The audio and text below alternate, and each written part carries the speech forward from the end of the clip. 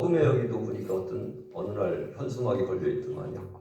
현수막이 무슨 현수막인가 봤더니 고향 외국어 고등학교 교장으로 취임했습니다. 성함은 정확하게 모르는데 피신 것 같아요. 희연로. 어쨌든 피신 것 같아요. 쫙 걸어놨어요. 그러니까 이 마을에서 그래도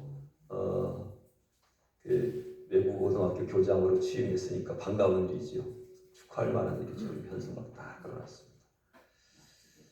네, 올림픽에서 금메달 따면은 현수막 걸어놓고 환영을 해주고, 사업에 성공한 사람이 고향에 와도 사람들이 이렇게 환영해주고, 옛날에 고시패스만 해도 대단한 영광스러운 일 아닙니까? 그래서 고향에 찾아오게 되면 고향 사람들이 아주 반가워하고 그렇게 맞이해 주는 것을 우리가 여러분이 다 알고 있는데, 근데 예수님은 그러하지 않았습니다. 예수님 오늘 본문에 보면은 어느 날 예수님은 제자들과 함께 고향 나사렛이라고 하는 곳에 찾아가서 회당에서 가르치시는 그런 일이 있으셨습니다. 거기에는 많은 사람들이 모여들어서 예수님이 하시는 말씀을 듣고 있었어요. 그런데 이 고향 사람들이 예수님이 하시는 말씀이 아주 귀한 말씀이야. 능력 있는 말씀, 권세 있는 말씀이라고 하는 것을 들어보니 아주 느껴졌고, 그런 역사가 이제 자기들의 마음 가운데 있었습니다. 또 예수님이 하시는 말씀만 전하신 것이 아니라 어떤 권능을 행사했다는 얘기는 거기에 있는 사람들 중에 어떤 병에 걸린 사람이라든가 그런 사람들을 치유하는 그런 능력, 손으로, 오늘 본문의 말씀을 보면 그 손으로 이루어지는 이런 권능이 어찌 되느냐라고 하는 말씀을 통해서 본다고 하면 분명히 어떤 병에 걸린 사람을 고쳐주신 이제 그런 일들이 있으셨다는 얘기죠. 그렇게 권세 있는 말씀, 생명력 있는 말씀을 다른 사람들한테 듣지 못했던 그 말씀을 예수님으로부터 들었음에도 불구하고, 그런 능력을 행하시는 것을 보았음에도 불구하고 이 사람들이 예수님을 배척을 했습니다. 왜 그랬을까요? 왜 예수님을 배척했을까?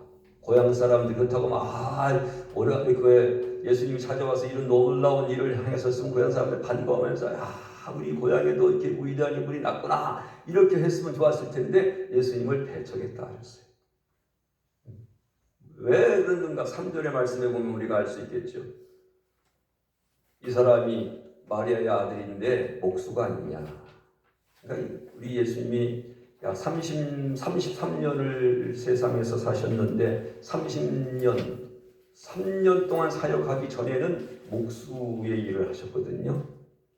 그리고 이 사람의 그 형제라고 하는 야고보와 요셉과 유다와 시몬, 이 형제들은 지금 우리와 함께 이곳에서 살고 있는 사람들이 아니냐. 그렇게 이야기하면서 예수님을 배척합니다. 이건 무슨 뜻입니까? 예수님의 고향이 지금 찾아갔는데 고향 나사렛이라고 하는 동네는 아주 시골 동네예요. 촌동네. 그러니까 촌동네, 이 시골 동네는 못 사는 사람, 못 배운 사람, 천한 사람들이 살고 있는데 이런 지역에서 그런 위대한 선지자가 나올 수 있냐?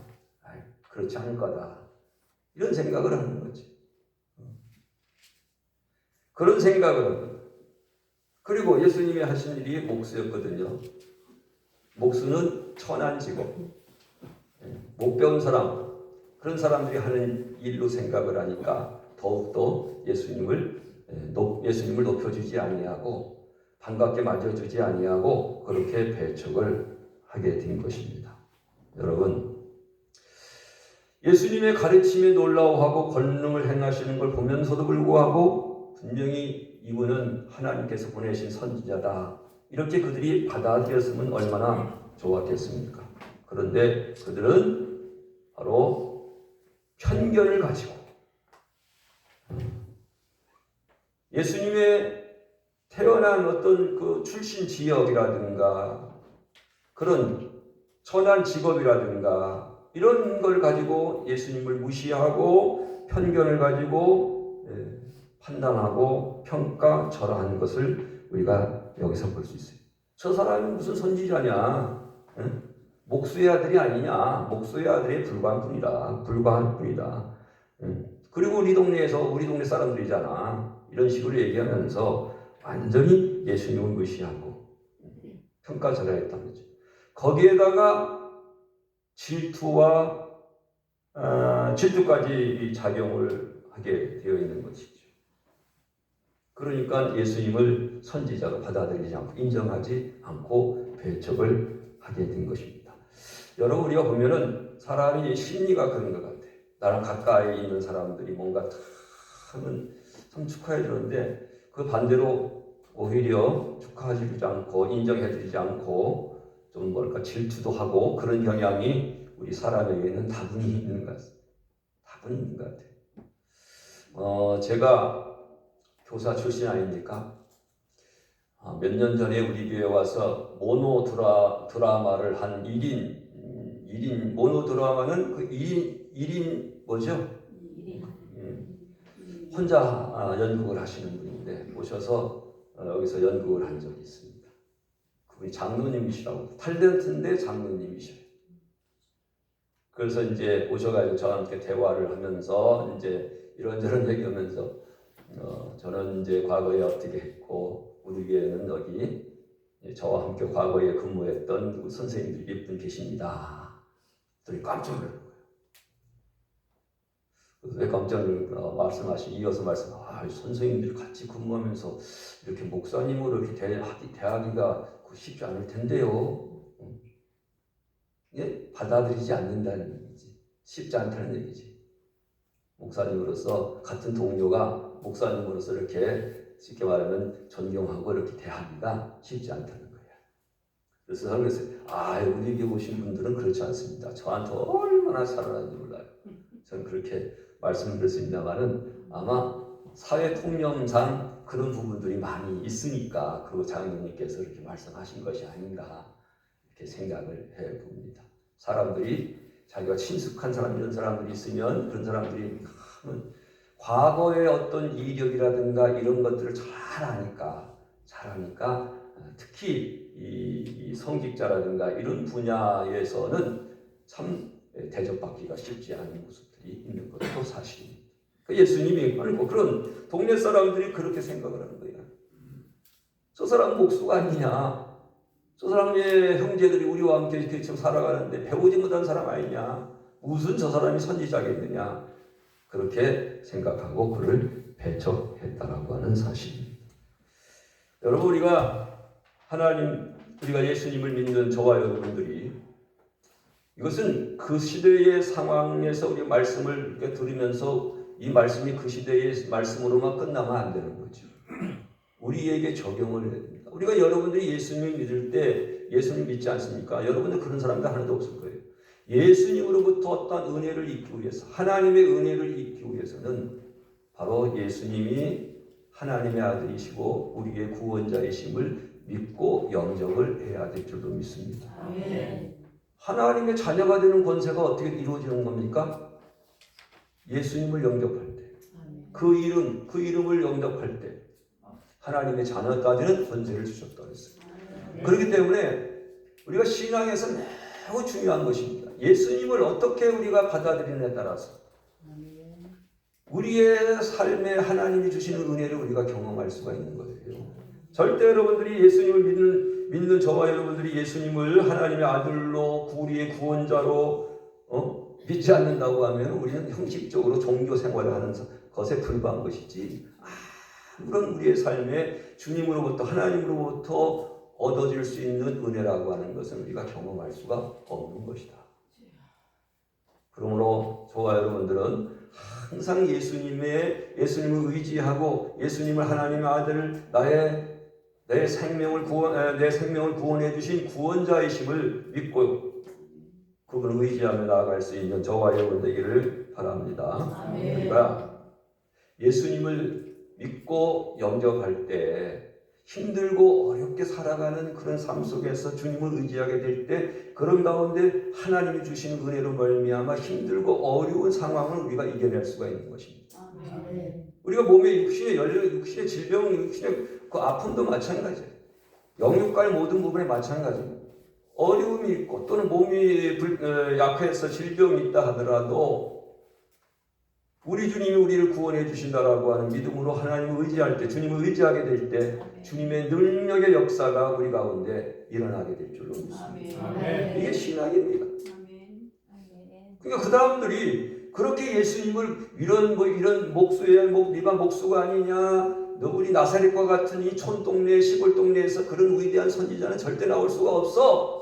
이렇게 편견을 가지고 예수님을 배척하니까 예수님, 그 능력이 많으신 예수님, 어마어마한 하나님의 아들 예수님이 어떻게 했습니까? 아무런 능력을 행하시지 않았다. 소수의 사람에게, 소수의 병자에게만 안수하셨다. 안수시고 안수하시고 그들을 고쳐주셨다. 이렇게 말씀하십니다. 그리고 이어서 그러한 그들의 모습을 통해서 뭐라고 말씀하셨습니까?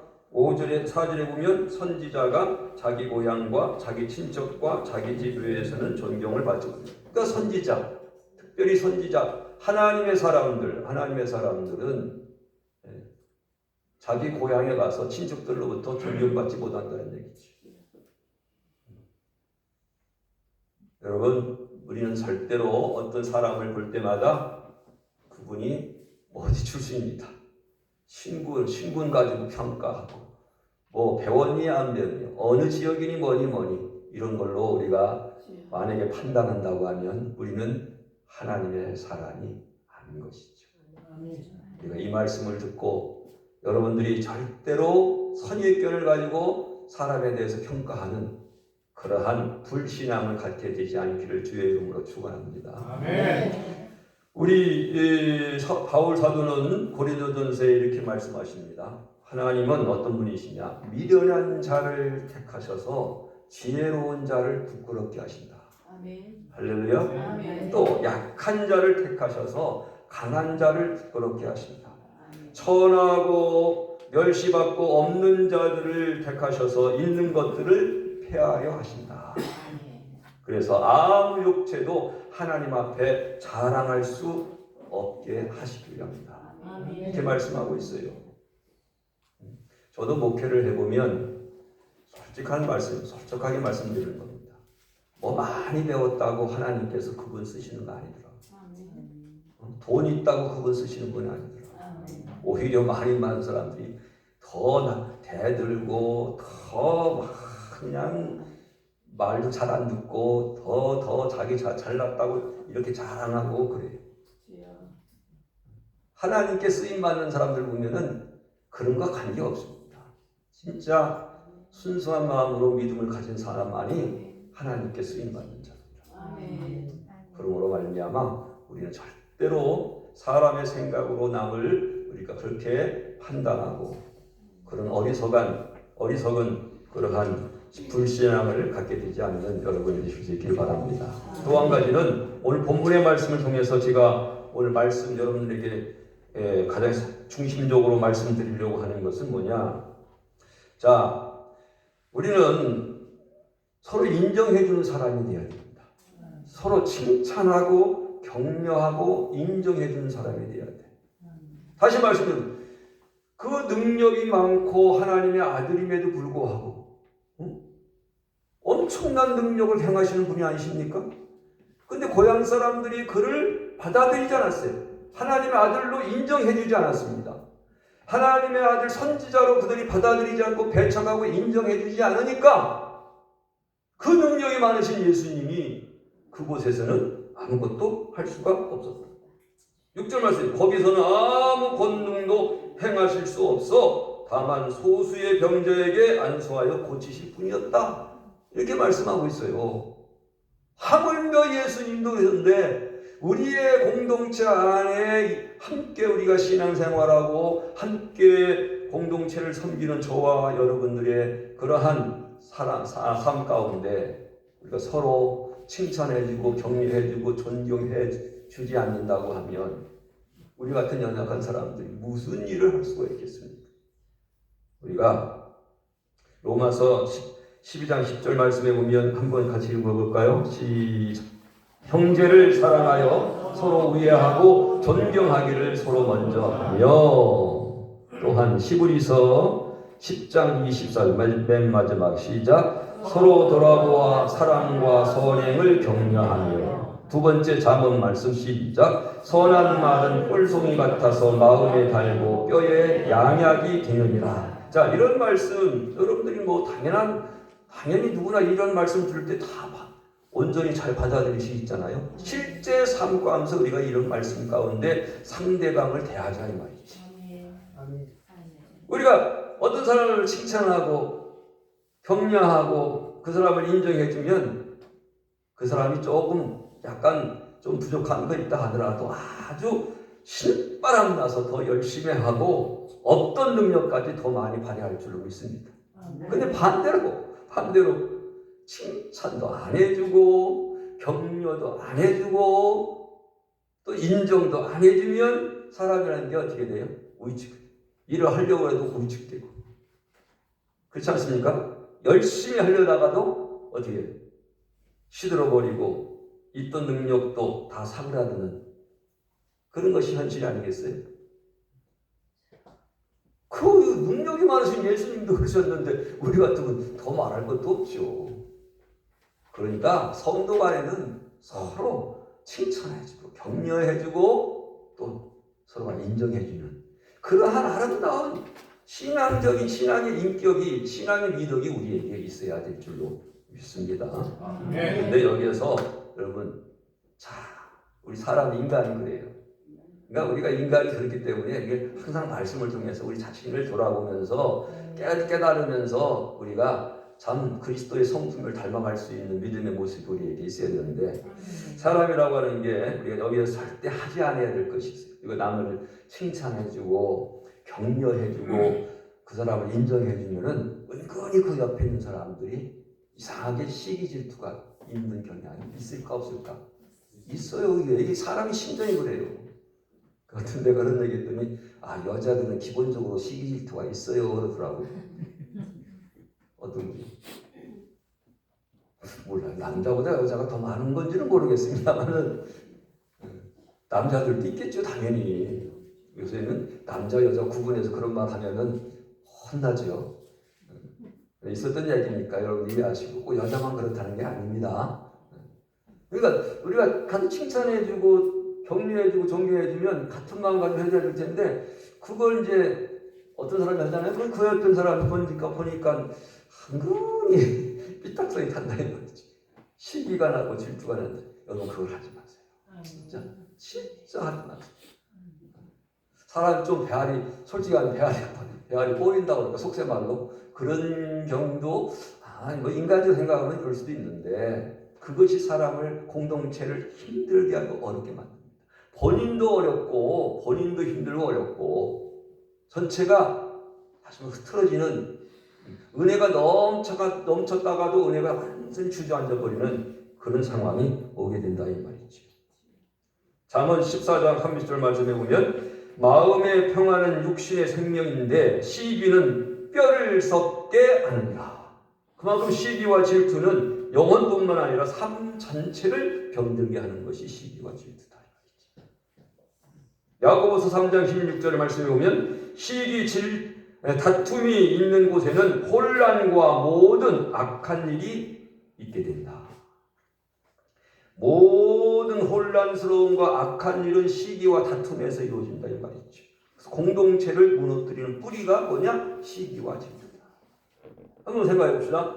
가인과 아벨 두 형제가 하나님께 제사를 드렸습니다. 제물과 제사. 자기 나름대로 제물과 제사를 드렸어. 근데 하나님은 가인의 제물은 제사와 제물은 받지 않으시고, 동생 아벨의 제사는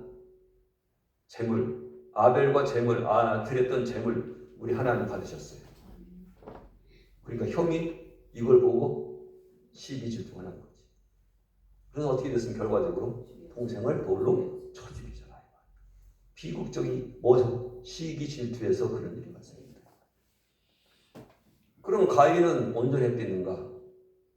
아벨은 순교했지만 가인은 하나님의 천벌, 하나님의 심판을 받게 되죠. 그리고 아벨의 이제를 대신해서 셈이라고 하는 아들을 또 이제 얻게 되는데, 그리고 절대 시기 질투는 본인을 아주 심각하게 만들고 호동대 전체를 아주 어렵게 만드는 것이죠. 시기 질투는 절대 우리 크리스찬에게서는 하면 안 됩니다. 인간적으로 그런 생각이 다 떠올라올 때는 예수의 이름으로 물리칠 수 있는 여러분들이 되길 바랍니다. 이건 마귀의 역사예요, 마귀의 역사. 우리 예수 믿는 사람들은 성령의 역사만 가지고 살아갑니까? 안 그렇습니다. 마귀의 역사도 얼마든지 오게 돼 있어요. 그거를 우리가 성령의 이름으로 물리치는 것이 크리스찬이지, 마귀의 역사가 오는데도 불구하고 그대로 받아들여 물리치지 않고 그럼 마귀의 종이 되는 거지 뭐. 예수 믿는다 하더라도. 그렇죠? 그게 신앙의 연단, 신앙의 훈련인 것입니다. 또 한 사람 예를 들어볼까요? 늘 우리가 하나님 말씀을 통해서 예를 드는 경우가 사울과 다윗 아닙니까? 다윗이 그 소년 시절에 블레셋과의 전투에서 골리앗 장군을 무너뜨리잖아요. 불맷돌 5개로 가가지고 골리앗 장군을 무너뜨립니다. 그리고 자기 나라로 이렇게 돌아오게 되는데 이걸 보고 여인들이 아주 노래하며 춤을 추며 또 각기들을 가지고 막 칭송하게 되죠. 그때 하는 말이 어떤 말이 있습니까? 사울이 죽인 자는 천천히로되 다윗이 죽인 자는 만만히로다. 이 소리를 들으니까 사울이 완전히 머리가 팍 돌아버립니다. 완전. 어찌하여 사울이 죽인 자가 천천히요 다윗이 죽인 자는 만만히로다 이렇게 할 수 있겠는가? 그날 이후로 사울은 다윗을 주목하여 보았더라 라고 하는 얘기는 시기 질투로 내가 왕인데 저 조그만 저 다윗이 뭐냐 말이지. 혹시 사람들은 다윗을 통해서 나를 패하려고 하지 않을까? 뭐 이런 두려움도 있을 것이고, 그날 이후로 사울이 어떻게 합니까? 시기 질투로 말미암아 다윗을 죽이려고 그냥 무진해를 씁니다. 나중에 사울은 비극적인 삶을 맞고 인생을 마무리하게 되는데, 여러분 시기 질투가 바로 그런 거예요. 우리 평화로운 교회는 절대 그러한 시기 질투가 없게 되기를 주의 이름으로 축원합니다. 우리가 타인을 칭찬하고 격려하고 존중하면 그것이 누구에게 돌아와? 우리에게 돌아와. 한번 생각해보세요. 상식적으로 생각해보세요. 내가 어떤 사람 칭찬하게 되고 그 사람 격려하고 존중하면 그 사람이 날 좋아할까 안 좋아할까요? 당연히 좋아하잖아요. 그죠? 우리가 이런 원리를 알아요. 사랑하는 여러분, 말씀을 마칩니다. 우리 오늘 본문의 말씀을 들으면서 우리 성도 상호 간에 항상 칭찬하고 격려해주고 인정해줌으로 말미암아 주님이 기뻐하시는 우리 평화로운 공동체 되기를 주의 이름으로 축원합니다. 아멘. 주님이 기뻐하시는 은혜로운 공동체, 주님이 기뻐하시는 생명력이 있는 공동체, 아름다운 공동체, 열심히 섬기고자 하는 그런 공동체가 되는 우리 평화로운 교회가 될 수 있기를 주의 이름으로 축원합니다. 아멘. 기도하겠습니다.